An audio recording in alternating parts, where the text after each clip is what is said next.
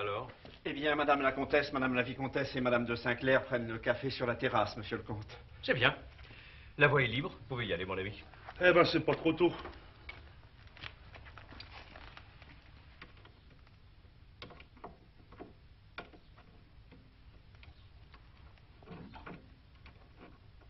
Bastien, au lieu de nous regarder travailler, vous feriez mieux de retourner à votre poste d'observation.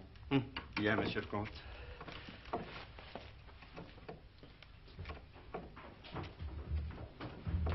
Mon oncle, tout va bien.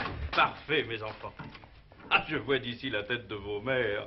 Lorsqu'elles découvriront que les premiers dans le pays est toujours à l'avant-garde du progrès, nous avons la merveille des merveilles, électricité au château. Ce sera pour quand, mon oncle? Oh, ben, vous pensez avoir fini cette semaine? On peut finir rapidement si on n'a pas des alertes toutes les 10 minutes. Mais nous nous en occupons. Bastien, que font ces dames? Eh bien, madame la vicomtesse et madame la comtesse sont partis faire voir les étangs à madame de Saint-Clair, monsieur le comte. Madame de Saint-Clair. Madame de Saint-Clair. Décidément, il n'y en a que pour elle. J'espère qu'elle ne va pas s'incruster davantage. Son mari est aussi un de vos amis, mon oncle? Non, je ne le connais pas. Madame de Saint-Clair est simplement une relation de ta tante. Je crois qu'elles se sont rencontrées l'année dernière à Vichy. Mais quel procès dont Madame de Saint-Clair parle tout le temps? Quoi, tu n'as pas encore compris? C'est une histoire d'héritage. Oui.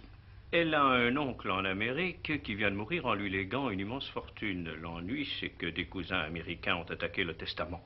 En principe, le procès doit se dérouler ces jours-ci à San Francisco. Il est possible d'ailleurs que l'affaire soit déjà jugée. Alors, ma chère Sophie, vous tenez absolument à nous quitter. Pour 2 jours seulement, cher grande amie. J'ai rêvé cette nuit que je perdais mon procès. Songe, mensonge, on rêve toujours le contraire de ce qui doit se passer. Peut-être, mais je ne suis pas tranquille. Je suis étonnée de n'avoir aucune nouvelle de mon avoué. Je pourrais téléphoner à l'ambassade d'Amérique, bien sûr. Mais je crois qu'il est préférable de me rendre à Paris sur place. J'espère qu'ils pourront me renseigner. En tout cas, nous vous accompagnerons à la gare. Ah non, non, cher grande amie, ne vous dérangez pas pour moi ou je serai très fâchée et je n'oserai plus revenir. Très bien, puisque vous insistez. Oh, regardez. Quoi donc? Le joli papillon. Et lui, c'est pas une chose sérieuse, pas de papillon. Si monsieur le comte veut inaugurer lui-même l'installation, Oui, bien sûr, mon ami. Que faut-il faire? relevez le couteau interrupteur. Oh, facile. Bastien, Oui, monsieur le comte. relevons le couteau interrupteur. Le couteau interrupteur? Moi, monsieur le comte? Ça peut être dangereux. Y a-t-il quelque danger, mon ami? Absolument pas, monsieur le comte. Tenez. Vous avez vu? Décidément, Bastien, vous manquez de courage.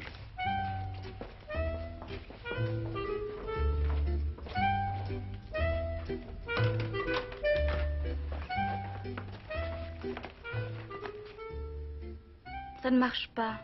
Ça ne marche pas parce qu'il y a une autre manette interruptrice ici. Bon. Cette fois, Bastien, pour vous faire honte, c'est moi qui vais déclencher le passage du fluide. Donnez-moi mes gants. Et allez fermer les volets pour que l'effet soit plus saisissant.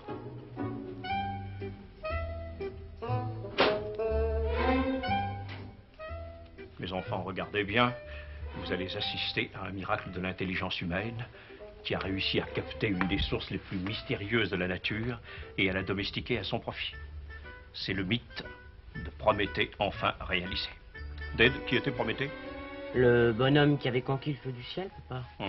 Le bonhomme. Le surhomme. Le héros que les dieux châtièrent de sa témérité. Mais aujourd'hui, Prométhée prend sa revanche. Il défie le ciel. Alors regardez bien. Plus tard, vous pourrez raconter j'y étais. Vous pourrez dire j'ai vu Prométhée devenu le dieu du progrès s'écrier que la lumière soit.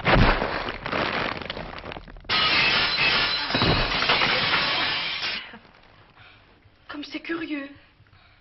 C'est sûrement un ouvrier qui vient de laisser tomber un outil. Oh, sûrement. Mais que s'est-il passé? Oh, monsieur le comte, vous avez arraché l'interrupteur et provoqué un court-circuit. Est-ce possible? Mais il faut croire, monsieur le comte. Excusez-moi, mon ami. Comme quoi, vous le voyez, mes enfants, le feu du ciel demande à être manié avec la plus grande prudence. Prométhée peut être trahi par son propre pouvoir. C'est ce que je voulais dire, monsieur le comte. Parce que si vous voulez que ça fonctionne pour dimanche prochain, promettez-moi de faire attention au matériel. C'est très fragile.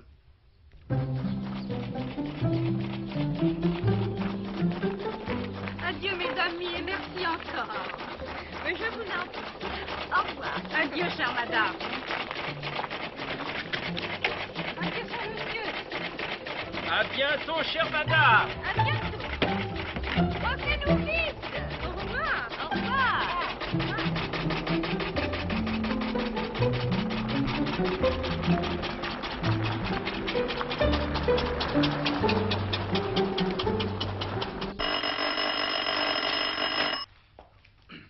Hello. Is it Broulardius Castle? Comment? Are you the Broulardius Castle? Oui, enfin, c'est-à-dire yes. Hello? I am the proprietor of the chateau, you know? Enfin, of the castle. No, I am Hector of the Broulardière. You understand me? Yes. Here is Bill Cooper talking. Est-ce que vous parlez français? Assez souvent, oui. Très bien. Vous savez, je voudrais parler à Madame de Saint-Clair. À Madame de Saint-Clair. Ah, je suis désolé. Madame de Saint-Clair a quitté le château tout à l'heure pour se rendre à Paris. Ah, je ne sais pas exactement. Oui, bien sûr. C'est-à-dire qu'elle revient ici après-demain. Mais à votre service, monsieur. J'écoute. Comment? Mais c'est extraordinaire. Nous l'avertirons dès son retour. Au revoir, monsieur. Comment? Ah, maître Bill Cooper. Oui, veuillez m'excuser. Au revoir, maître.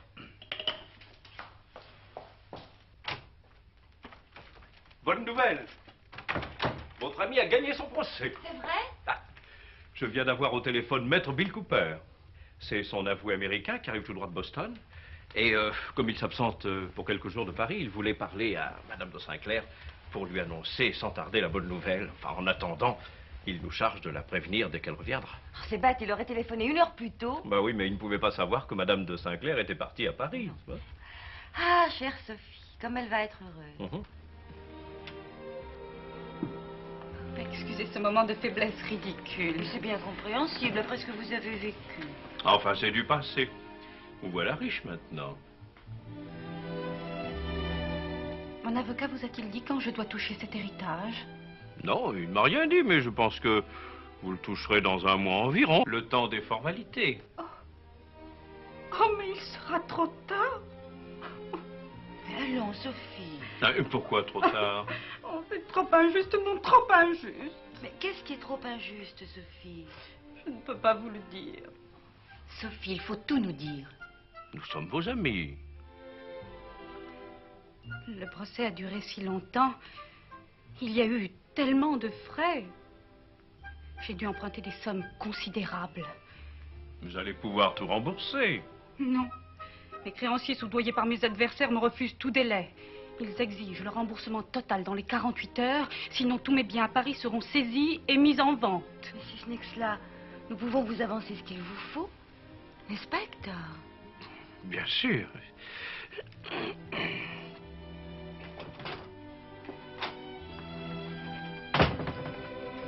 J'ai mis votre télégramme au correspondant de votre avoué à Paris. Tous vos créanciers seront convoqués demain matin et votre affaire sera définitivement réglée. Voici les 200 000 francs dont vous avez besoin.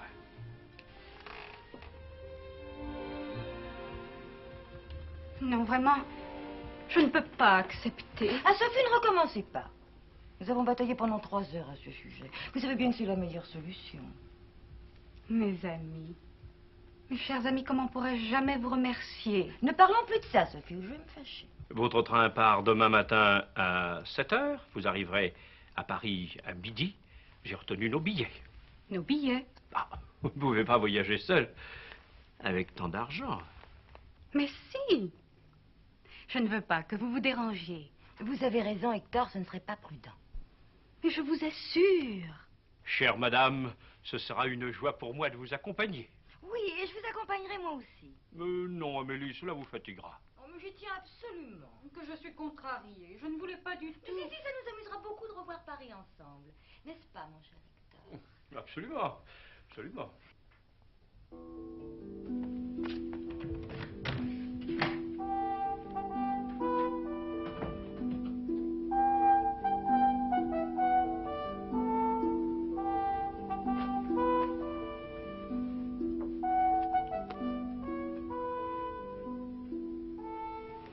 Tu te représentes? Papa prête 200 000 francs à Madame de Saint-Clair. Et moi, hier, il a refusé de me prêter 5 francs. Oui, mais toi, tu n'as pas un héritage en garantie? Mais si, puisque j'hériterai de lui. Et ils partent tous demain pour Paris avec elle. Tous? Oui, enfin, papa et maman. Et ça n'a pas l'air de lui faire beaucoup plaisir à l'héritière. Tiens. Pourquoi? Je sais pas, moi. Bastien, vous avez vu la voiture? Oui. Et après? Ne me répondez pas sur ce ton, allez nettoyer la carrosserie. Monsieur le comte plaisante. Si monsieur le comte trouve la voiture trop sale, monsieur le comte n'a qu'à la laver lui-même. M'excuse. Aujourd'hui, c'est mon jour de sortie. Bastien, s'il vous plaît. Non. J'ai dit non, ce n'est pas la peine d'insister.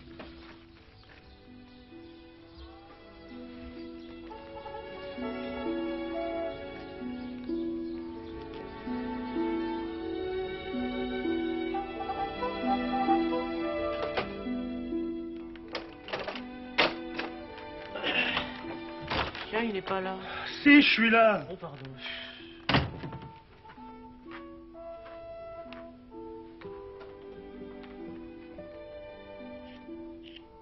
Lorsqu'on touche les fils à main nue, on ne ressent pas l'électricité? Ah bah ça dépend des personnes. Il y en a qui supportent, puis il y en a d'autres qui supportent pas.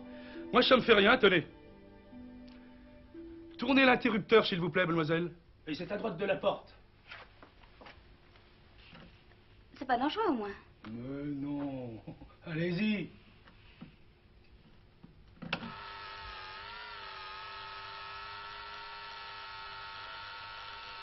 Coupez l'électricité, s'il vous plaît, mademoiselle. Merci. C'est peut-être une question d'habitude, Tu peux essayer? si vous voulez.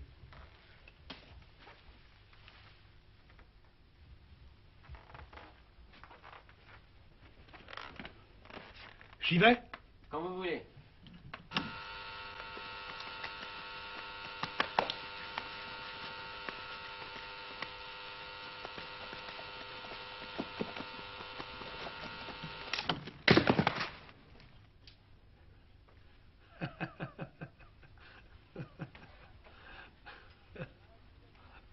Ah, je vous l'avais dit, ça dépend des personnes.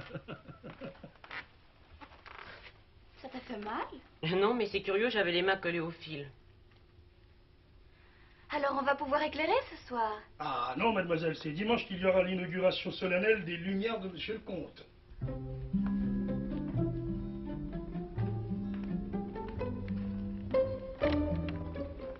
Tiens, vous êtes là, Bastien, vous vouliez me voir.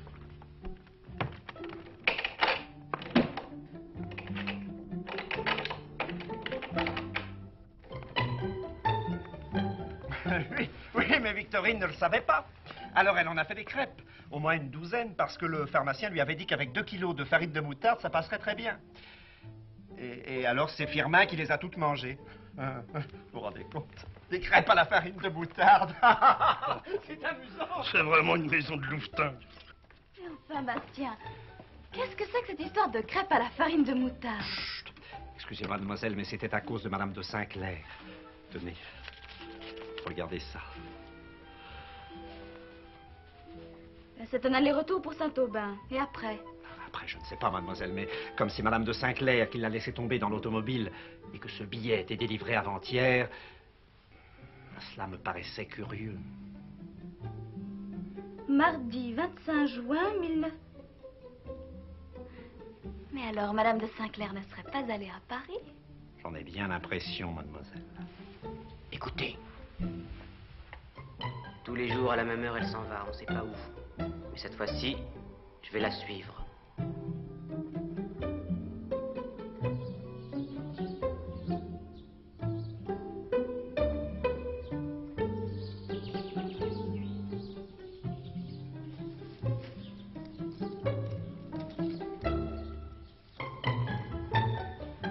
Si j'avais insisté davantage, ça aurait pu paraître suspect, tu ne crois pas? Oui, bien sûr. Et il ne se doute de rien? J'aimerais parler à Madame de Saint-Clair. Ici, Maître Bill Cooper de Boston. Je n'ai jamais vu des gens aussi naïfs. Eh bien, c'est parfait. Donc, à minuit, j'amène la voiture dans la cour et je t'embarque, toi, et les 200 000 francs. Ni vu ni connu. Dans combien de temps serons-nous à Nice? Ça, le plus vite possible. Bon, il faut que je rentre maintenant, sans cela, il pourrait s'inquiéter. L'argent est en sécurité? Ah, je ne savais pas que tu craignais les voleurs.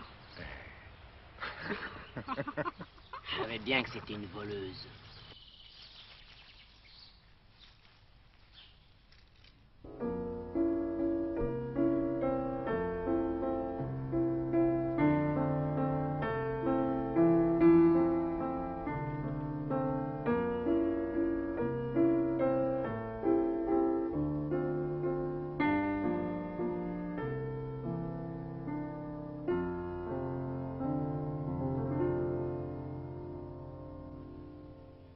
Vous jouez admirablement bien, cher ami.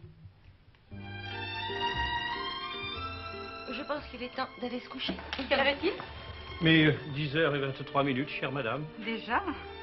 Grâce à vous, mes chers amis, je crois qu'enfin je vais pouvoir dormir cette nuit. Pas trop. N'oubliez pas que nous prenons le train demain matin à 7h.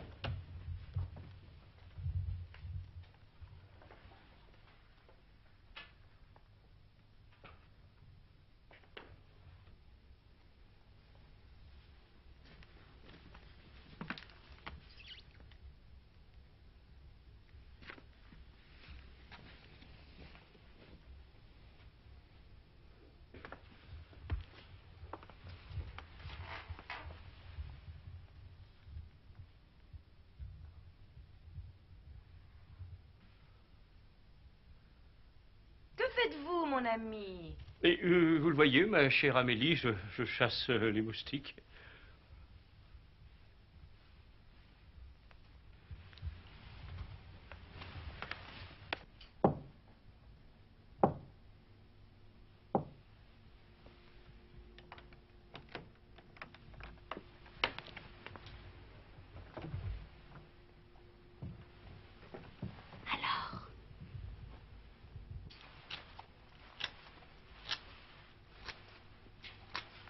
Tout est prêt.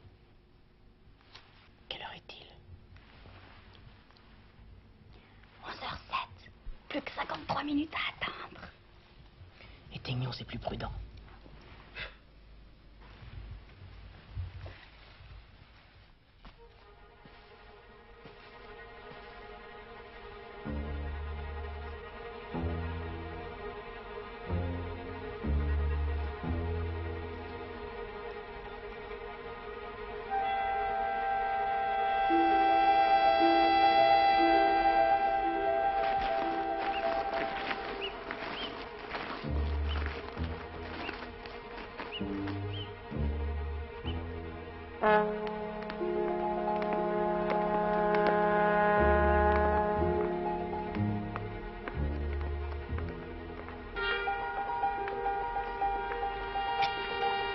Ted, comment tu fais pour la clé?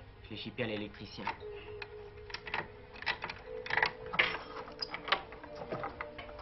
Tu as bien compris. Alors, dès que tu entendras sonner l'horloge... Oui, je lève ce truc-là et je redescends à toute vitesse. C'est ça. Bon, maintenant, je te laisse. J'ai encore le tour des chambres à faire avec Bastien. À tout à l'heure.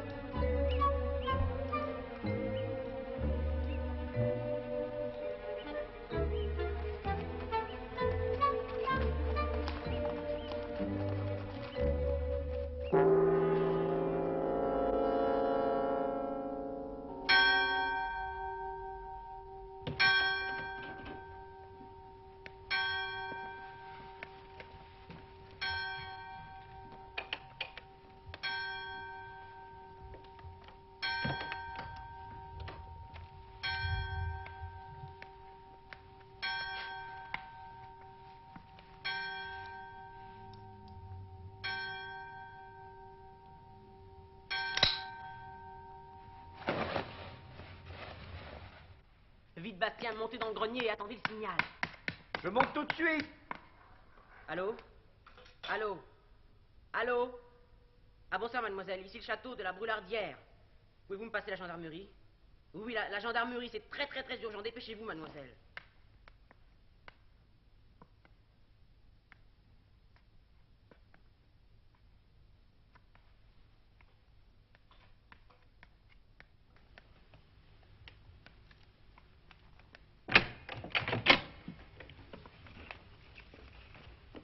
Ah, encore une de vos folies, j'aurais dû m'en douter. Et ce que je ne comprends pas, c'est que nous ne devions s'illuminer que dimanche.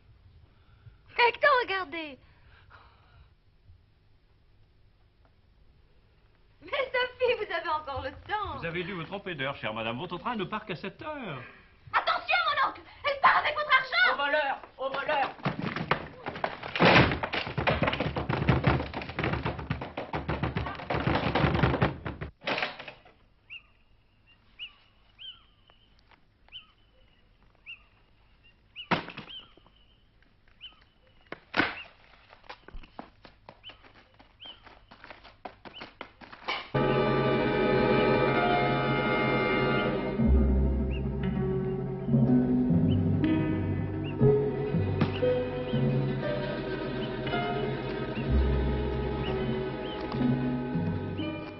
Voici votre sacoche, papa. Merci, Ded. Et maintenant, il n'y a plus qu'à attendre les gendarmes. Avec mon système, il n'y a rien à craindre, ils ne s'échapperont pas. C'est très ingénieux, mais cela ne leur fait pas mal? Ça dépend des personnes, il y en a qui supportent, d'autres qui ne supportent pas. Ah, ils vont donc être obligés d'aller en prison avec leur automobile. Mais bien sûr que non, papa. Dès que les gendarmes seront là, je donnerai le signal à Bastien, comme ça.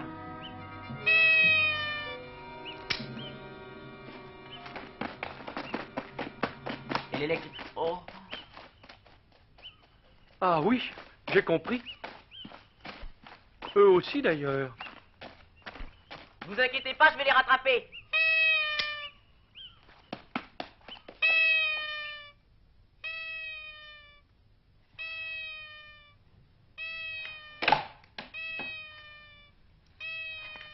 Que se passe-t-il? Pas grand-chose. C'est Hector qui a fait installer l'électricité au château. Ah bon?